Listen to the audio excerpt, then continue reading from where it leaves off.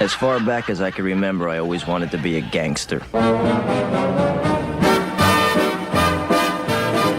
I know I'd go from rags to riches. To me, being a gangster was better than being president of the United States. Never rat on your friends, and always keep your mouth shut.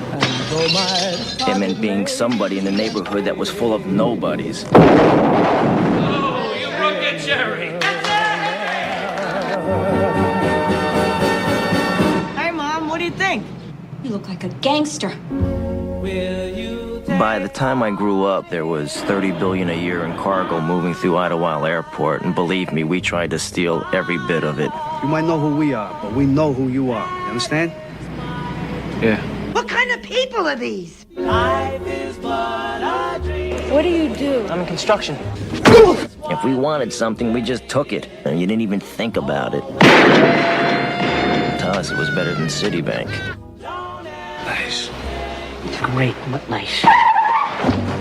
You got some nerve standing me up. Nobody does that to me. Who the hell do you think you are? Frankie Valli or some kind of big shot? I was living in a fantasy. Look at my eyes. He's not Jewish.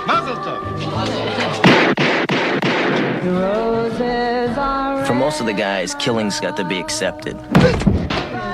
Murder was the only way that everybody stayed in line. What are we gonna do with him? We can't just dump him on the street. Don't worry. I know a place up safe. I'll never find him. You got out of line, you got whacked. Everybody knew the rules. Hey, Henry, here's an arm.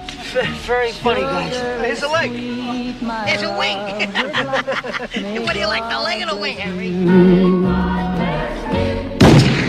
Okay, you ready? Sometimes For us, to live any other way was nuts. Anything I wanted was a phone call away. And we were treated like movie stars with muscle. We had it all just for the asking. It's gonna be a good summer.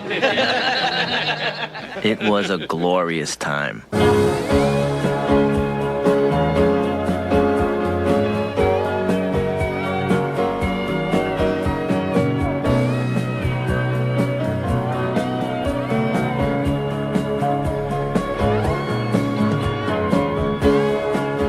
In a world that's powered by violence, on the streets where the violent have power, a new generation carries on an old tradition.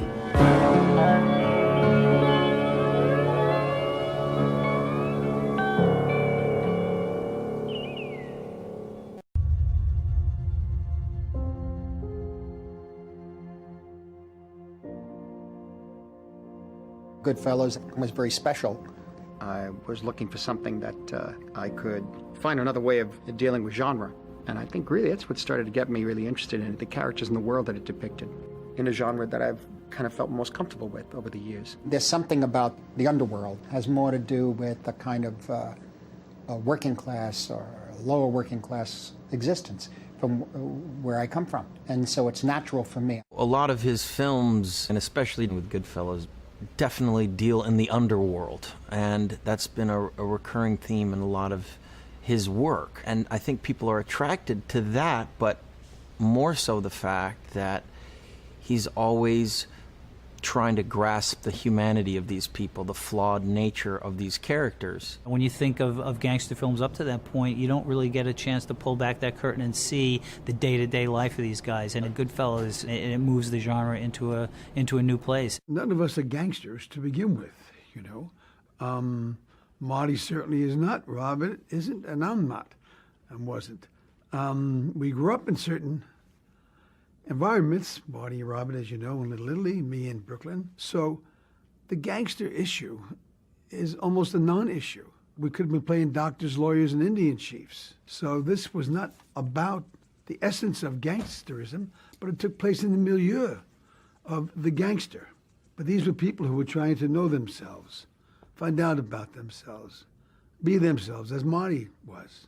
As any actor, not just me or Leo or I think Daniel Day-Lewis, who would say that they love Marty because he's very easy and encouraging in what it is, and then guides you in what he wants. You know why it stands the test of time?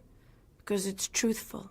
Marty, who's really a great director, there's just an enthusiasm. The actors also come from that world. Bob certainly knows that world, and Joe, and I think it lends an authenticity. Marty is able to surprise you constantly. Marty never is interested in the villain or the hero. He's interested in where most people are, which is in the middle. You know, people always say, well, interested in the antagonist in my movies. Well, the point is that they're also human. These are also parts of the negative parts of who they are. Evil streak, so to speak, if you want to use that phrase, is also maybe something in us, and something not to be afraid of, but to explore and to try to understand. I saw a documentary he did about his mother and father called Italian American, and I said, oh my God, there is something to be said in that world, like in Goodfellas.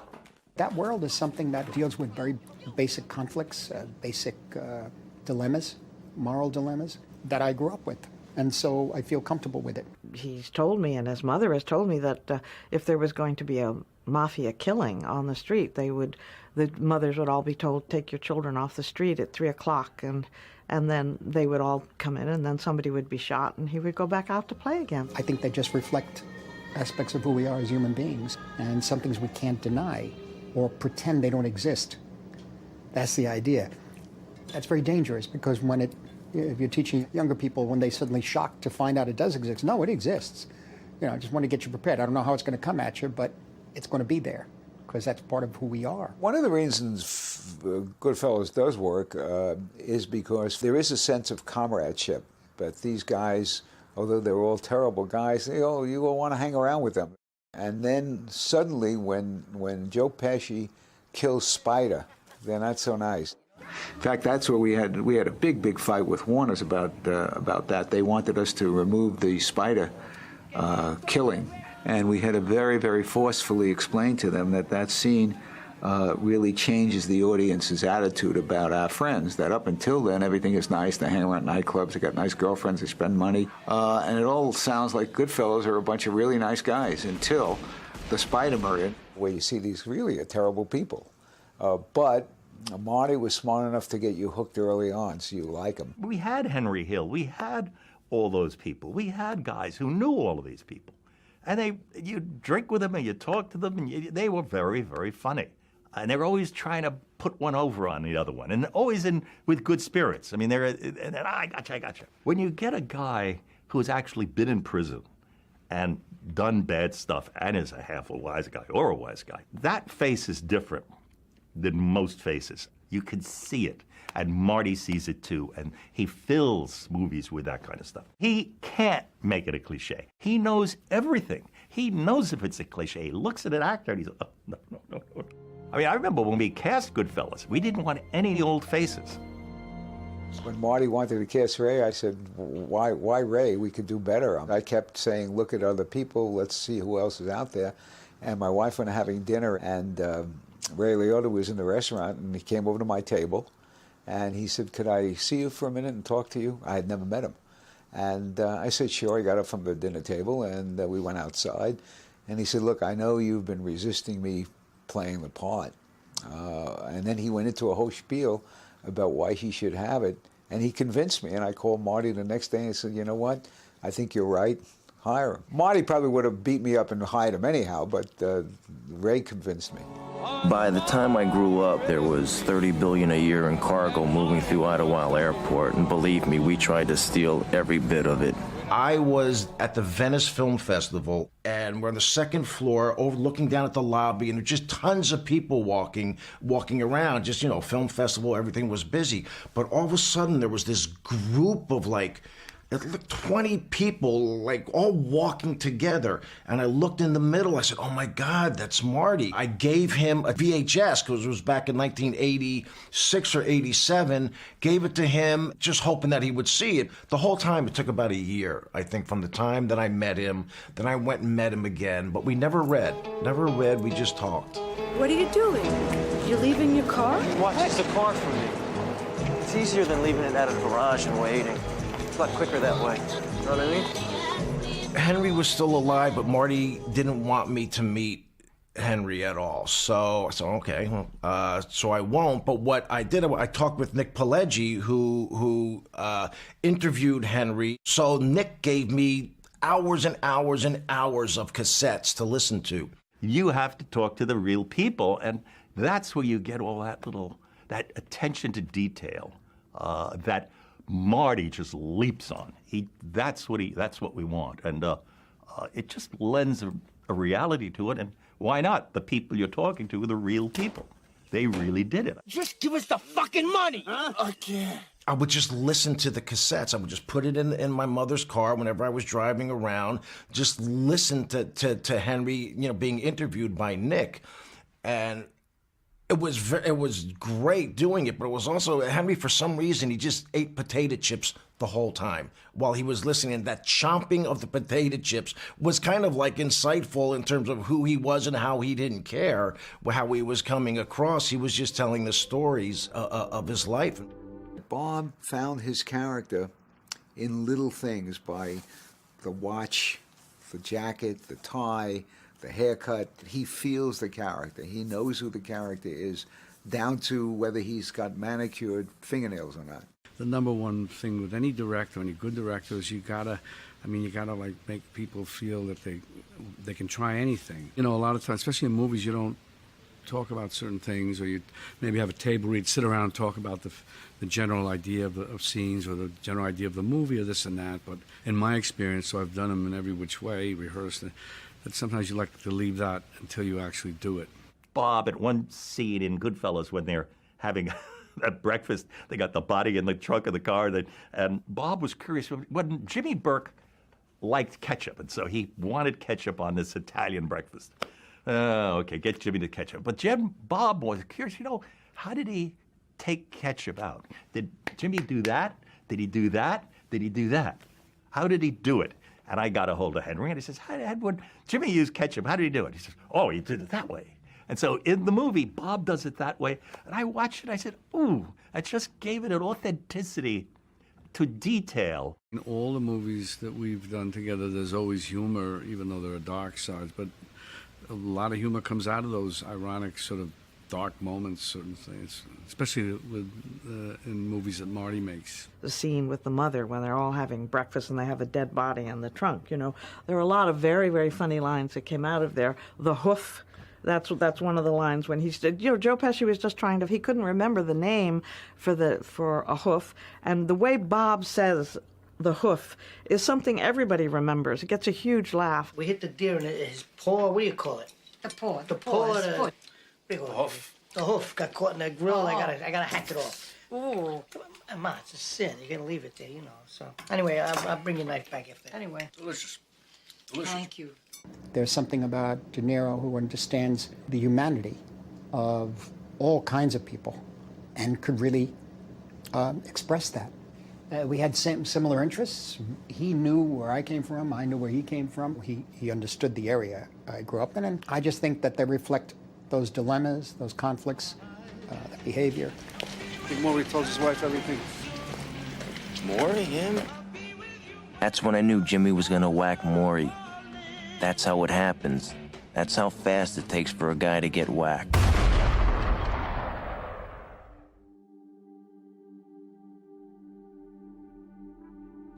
What? Where's my fucking drink? I asked you for a drink. You wanted a drink? I just asked you for a fucking drink.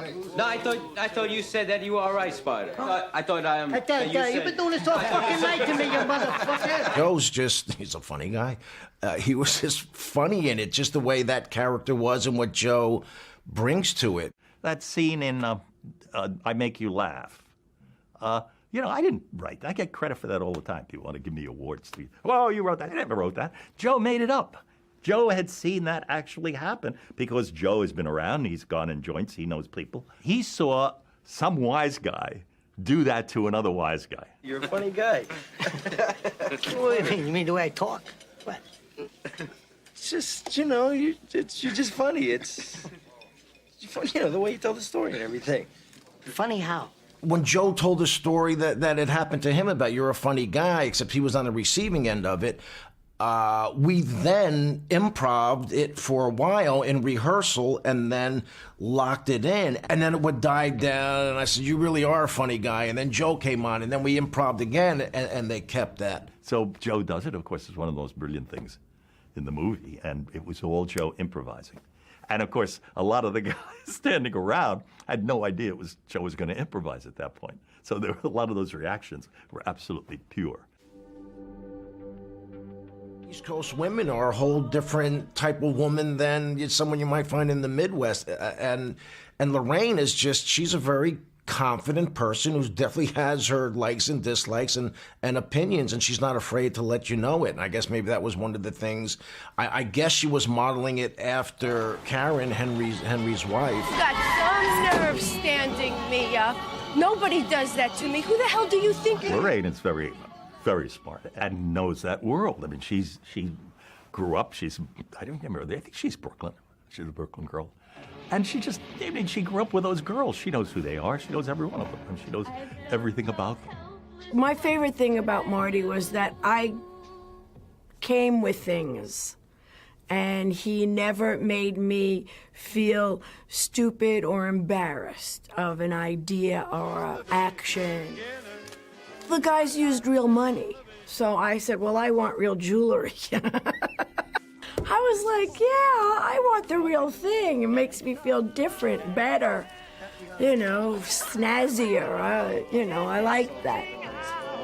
I ended up wearing white jeans instead of blue jeans because Marty felt there was a huge distinction between mob characters and real life. And I fought a lot with Marty in saying she's 28 years old, she's 32 years old, she's not old school. And so we did I did a lot of battling for Karen. I think she was able to just channel into that character brilliantly. I mean, it's an amazing performance. I really kind of asked Marty to put my kids in the movie because I'd worked so hard I hadn't seen them.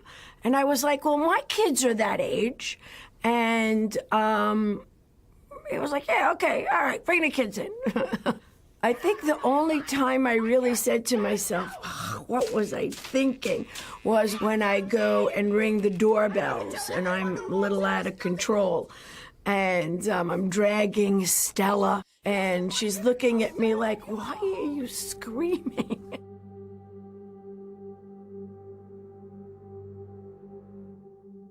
Oh, hey. Yeah, look who's here. Look who's here. Hey, Ma, what's going on? What are you doing? What happened? No, nothing. I hit to something on the road. You mean it? What happened? My mother acts in them a number of films, particularly in Goodfellas in 1989, 1990. And to her, she perceived it as my son's making a film, and these are my son's friends. It wasn't De Niro, it wasn't Joe Pesci, it wasn't the level of these incredible actors. It was literally my son's friends. They knew each other very well. Katie had cooked endlessly for them.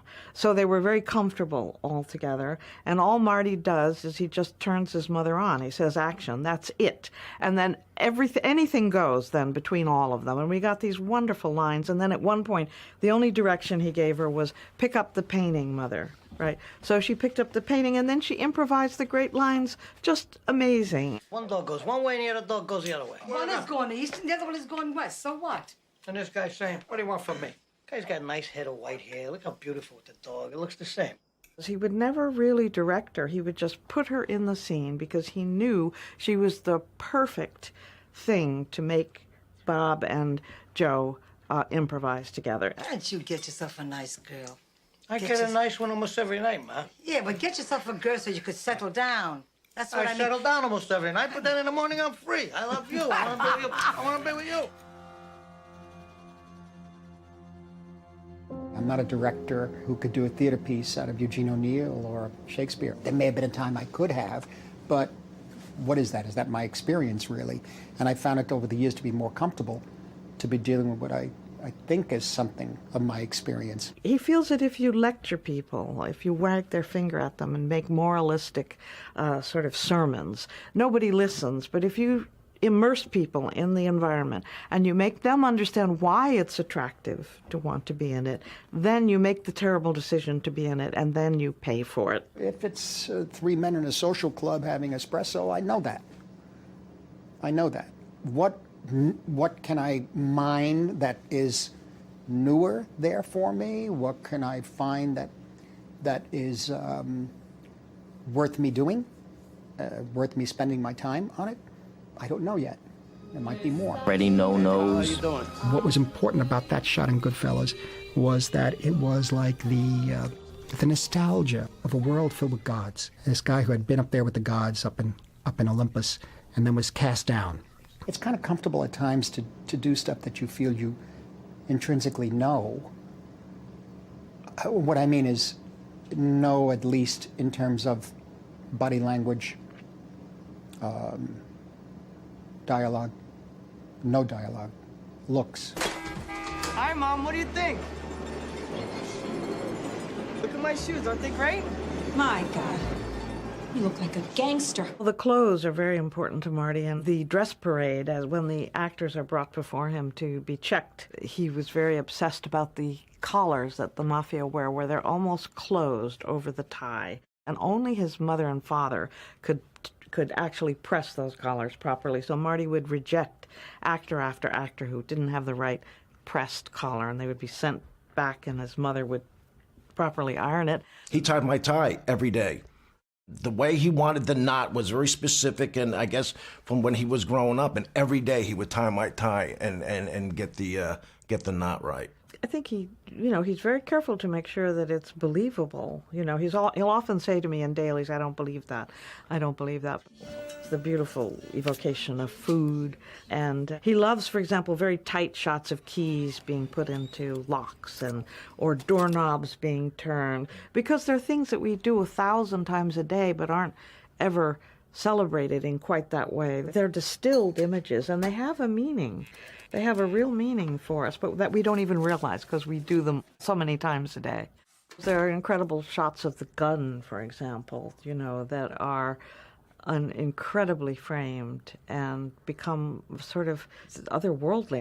At one point, the cock on the gun looks like a bird. I mean, it's weird, but Marty was shooting and framing so beautifully, and they're so beautifully lit, that things like that really enhance the power of the scene of the wife holding the gun on her husband because of his infidelity. Wake up, Henry. Do you love her? Do you?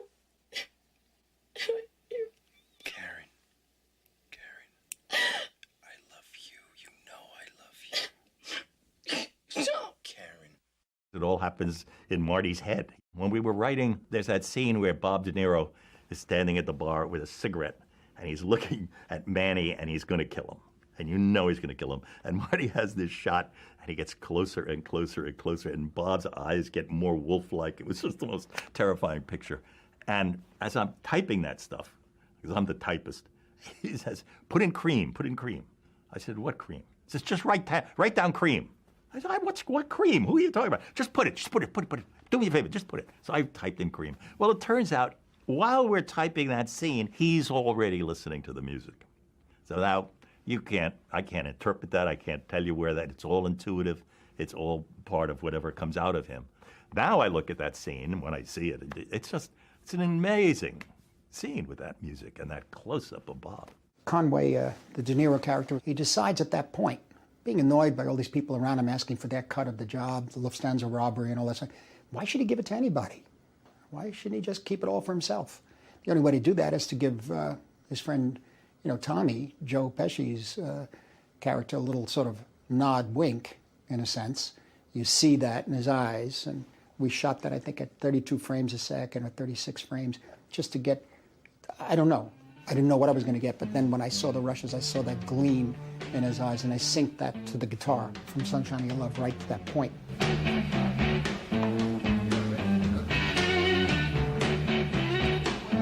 Improvisation is important because it has to be done the right way, and Marty, that gets a certain spontaneity out of everybody, at the same time, he's got to mold it and shape it with some direction.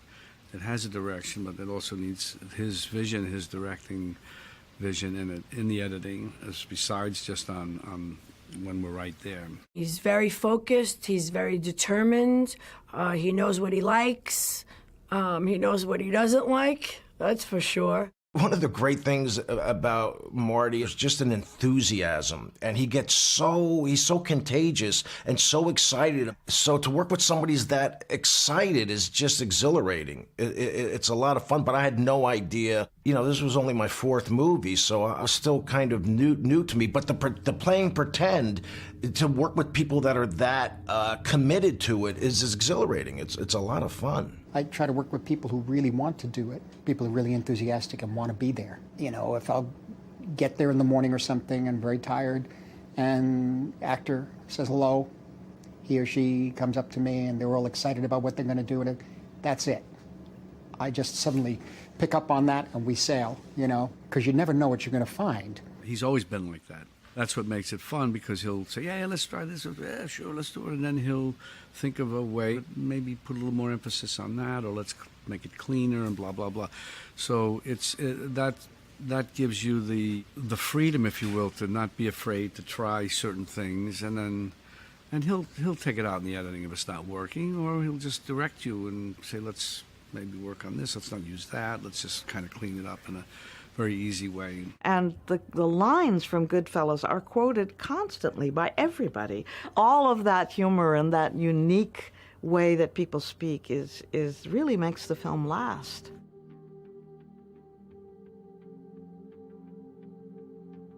You know what I feel? I can't believe 25 years have passed. And anybody who gets to my age, they know what I'm talking about. I had no idea that the movie would be received as well as I think it was. You know, when you do the movie, you do it and you have fun with it. My daughter saw it for the first time. Now, by this time, I'm letting her watch it on her own. I would let her have her own experience, so I'm behind her. So she thinks she's all alone in the room, and she's watching it and watching it, and the kid, and then the voiceover, and then there's more acting, and then it cuts to the first time that you see me, and the voiceover kicks in. And I hear her saying to herself and to the TV, she said, "Oh my gosh, will you shut up already?" I mean, when Goodfellas opened, it was the opening night, and I'm there, Nora's with me, and Marty is sitting next to me, and Helen's on the, and finally it goes on, and it's Ziegfeld, and we're in black tie, and we're watching it, and I get this elbow. I says, "What? See, we should have cut that scene. He's talking too much." And it's Marty. We're in tuxedos. It's the opening night. You can't do anything. Forget it. Sit back and enjoy it. And he laughed, and we watched the rest of the movie. But even then, on the opening night, he's thinking about how he could play around with it, which Thelma just puts her hands up. She knows that's exactly who he is. And none of us expected, I don't think, that Goodfellas would become such a memorable movie. It's become sometimes so many people's favorite movie. We heard stories 20 years ago that people would go into the video store and they'd be trying to find something for the weekend, and then the mother would say, "Oh, let's just look at Goodfellas." That was wonderful to hear. I remember being at a craps table, and I don't really know how to play craps, and all of a sudden, you know, the whole table's screaming, "Come on, Karen!" And I'm like, "Karen?" And then I realize, oh my God, all these people are calling me by, you know, Karen Hill. It made me laugh. It's embedded into our culture. I think the film holds up better now. I mean, at least as well now as it ever has. I mean, it's one of the great films of all time. Well, it's a world that's created, and then you kind of say, this is not a world I'm really familiar with, but I like. Goodfellas is one of those movies that whenever it comes on television, there goes my next few hours. I'm absolutely going to watch that. And that's what's so powerful about that movie in particular. And Marty's work for that matter. There's something about the way he connects you as an audience member and envelops you completely into another world that you become entranced by it, and the rest of the world dissolves away, and that's the magic of really making movies. Well, it's like we're at a party together and we're hanging out. That's basically what this is. We try to get the joy of being with each other, really, and you could see it.